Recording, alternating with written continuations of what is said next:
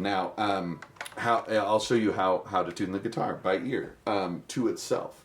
So we have this low E here. Now, right now, you can trust. I have tuned this. You can trust that this is to pitch.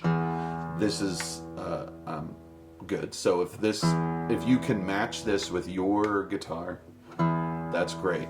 It can be hard at first to know if your string is flat, meaning low, or sharp, meaning high, to the to that reference pitch. We call this the reference pitch. But try to match it up without doing any extreme turning of the tuning pegs, because that will lead to your strings breaking and possibly even worse. Sort of, it is sort of a delicate thing around here. There's hundreds and hundreds of pounds of pressure being placed on the guitar by these metal strings. So please be careful, and maybe not huge turns of the tuning pegs. Just small incremental, and try to get I like to visualize the pitch when I'm trying to tune. So I have this pitch here, and then I hear your pitch, and I try to visualize if it sounds above it or below it, and then try to match it. Now, so that's our reference pitch. Now, to tune the next string,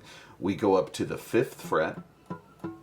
That's probably your 2nd position marker. These dots, get to know the position markers and what frets they represent, because I don't think us seasoned guitar players even know how much we use those. We use them all the time. So when you get a guitar that doesn't have them, or they're rubbed off or whatever, I get a little lost. So these position markers are really cool and really helpful. So it's usually the 2nd position marker is your 5th fret. And so I'm going to go up to that 5th fret, and remember, I'm going to play up close to the front of that fret to get a nice clear sound. Okay, and that is to tune my A string. So that is an A note. An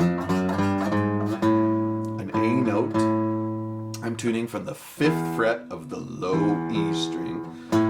That's my reference note, and then this is my reference pitch for the A string.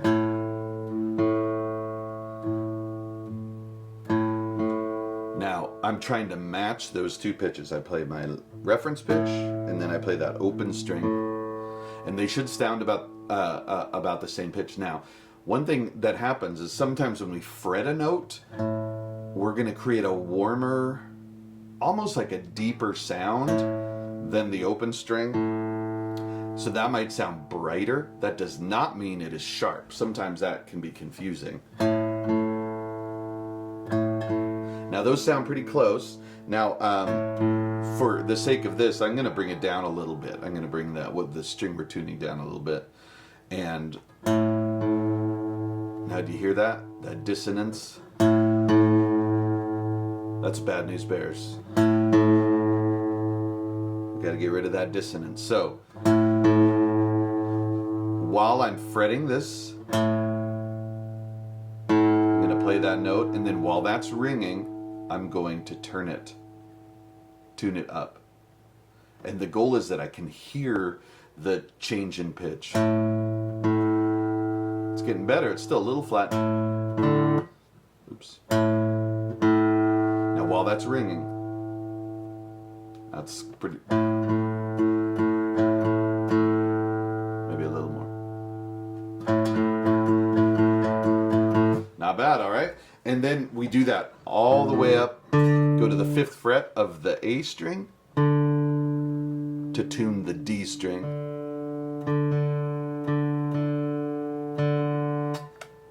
Remember to let the note you are tuning, let that string ring while you turn your tuning peg. There's a few reasons for that. One is you can hear it going up to pitch. The other reason is you might be turning the wrong tuning peg.